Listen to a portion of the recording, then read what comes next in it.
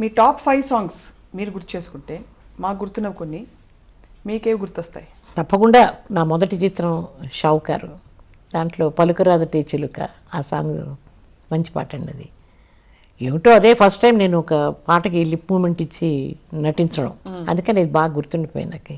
అసలు వర్డింగ్స్ కూడా చాలా బాగున్నాయి అందులో. తళుకులు బెళుకులు బస్తీలా చెమకలు, పల్లెటూర చూపిస్తే పకా పకా నగుదురని, తెలుపవేలని చిలుక పలుకవేలని, ఆ సాంగ్ ఒకటి నాకు చాలా ఇష్టం. అది మంచి మనసుల్లో ఓహో ఓహో పావురమా వయ్యారి పావురమా, మావారి అందాలు నీవైనా తెలుపుమా. కానీ గుడ్డిది కదా పాపం, నాగేశ్వరరావు గారు అందాన్ని ఆయన గ్లామర్ని పొగడాలని అనుకొని రాసిన పాట కాదు, కానీ బ్యూటిఫుల్ సిచ్యువేషన్లో వచ్చింది ఆ సాంగ్. ఓ పావురాన్ని పట్టుకొని ఆయన కొంచెం బాగా సంతోషంగా నవ్వుతూ ఈవిని బాగా కోపం లేకుండా పలకరించినప్పుడు ఆ ఎగ్జూబరెన్స్లో పాడే పాట అనమాట. అదొకటి నాకు ఇష్టమైన పాట అది. తర్వాత మనసే అందాల బృందావనం. అమ్మా మీరు ఒకసారి నా కోసం పాడండి. అయ్యో, ఒక్క సెంటెన్స్ పాడండి. మనసే అందాల బృందావనం, వేణుమాధవుని పేరే మధురామృతం. మనసే అందాల బృందావనం, వేణుమాధవుని పేరే మధురామృతం. మీ వ్యక్తిత్వాన్ని మార్చిన ఒక పాట ఉంది. ఓ తాయారమ్మ బంగారే, ఐమ్ రైట్?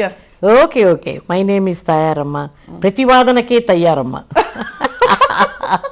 ఆయన కూడా ఎంత బాగా చేశారు, సత్యనారాయణ గారు కూడా అందులో కదా, చాలా బాగా యాక్ట్ చేశారు. మా ఇద్దరిది బ్యూటిఫుల్ లవింగ్ క్యారెక్టర్స్, అవి లవబుల్ రోల్స్ రెండు. ఒకే ఒక question, what is the best award? మీకు అరిజోనా యూనివర్సిటీ డాక్టరేట్ ఉంది, మీరు 10వ తరగతి మాత్రమే చదువుకోగలిగిన, మీకున్న గౌహతి యూనివర్సిటీ మెట్రికులేషన్ మాత్రమే చేయగలిగిన మీకు మాత్రం జీవితం ప్రసాదించిన అవార్డు, మీ అపారమైన అనుభవానికి డాక్టరేట్ కాకుండా అందరి అగ్ర హీరోలు అగ్ర నటుల పేరున మీరు చాలా అవార్డులు అందుకున్నారు రాష్ట్ర ప్రభుత్వాల నుంచి. What is the most significant thing for you? పర్టికులర్గా చెప్పాలంటే కష్టం, ఎందుకంటే నంబర్ ఆఫ్ అవార్డ్స్ వచ్చాయి. All were very very important to me. ప్రతి అవార్డు నాకు అదొక చిన్న ఒక ప్రోత్సాహాన్ని ఇచ్చి, యూ కెన్ ఇంకా కొన్నాళ్ల పాటు నువ్వు ఇన్వాల్వ్ అవ్వచ్చు ఈ నట జీవితంలో అన్న ఒక ధైర్యాన్ని ఇచ్చిన ప్రతి అవార్డు, ఇంత అవార్డు కానండి అంత అవార్డు కానండి. ఫిల్మ్ఫేర్ వాళ్ళ అవార్డ్స్ వచ్చాయి, ఫిల్మ్ ఫ్యాన్స్ వచ్చాయి, నాకు డయానోరా అండ్ ఇండియన్ ఎక్స్ప్రెస్ అవార్డు ఒకటి వచ్చింది, లైఫ్ టైమ్ అచీవ్మెంట్ అవార్డు, అలాంటివి చాలా వచ్చాయి. శివాజీ గణేషన్ అవార్డు, ఇవన్నీ చాలా వచ్చాయి. బట్ ప్రతి అవార్డు కూడా it has got its own weightage and value, because ఆ పీరియడ్లో వచ్చినప్పుడు మనుషుల్లో ఏమాత్రం నిరుత్సాహం ఉన్నా ఈ అవార్డ్స్ అన్నీ తుడిచిపెట్టేసాయి వాటిని.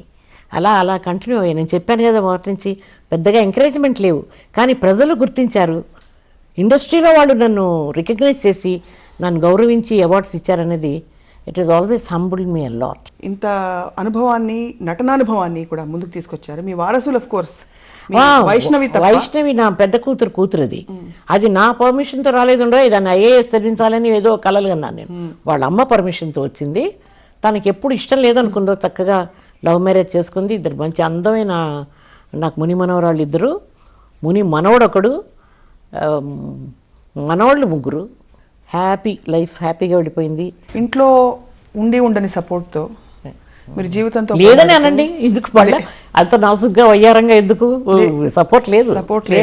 లేదు సినిమాలో యాక్ట్ చేయడానికి సపోర్ట్ వచ్చిన తర్వాత ఏమీ సపోర్ట్ లేదు. When I trusted people I was let down very badly financially also. ఏమంటే షూటింగ్కి వెళ్ళిపోయి 20 గంటలు పనిచేసేవాళ్ళం. ఇది అయిపోగానే ఇంకో స్కెడ్యూల్ వచ్చేది, ఈ లోపల నిద్ర ఉండేది కాదు. కొన్ని ఓవర్లుక్ చేసినప్పుడు అడ్వాంటేజ్ తీసుకొని ఆర్థికంగా బాగా దెబ్బతిన్నాను నేను. దాన్ని పట్టించుకోలేదు, ఎందుకంటే దాని మీద యావలేదు, నాకు మమకారం లేదు దాని మీద. మనిషికి ఎంత కావాలి, ఇంతే సంపాదించుకుంటే చాలు కదా. ఇలా చేశారా, ఇంకోసారి ఇలాంటి తప్పు జరగకుండా చూడండి, ట్యాక్స్ కట్టాల్సిన చోట కట్టకుండా ఆ డబ్బుని వేరేలాగా వాడి ఇబ్బందులు వచ్చేవి.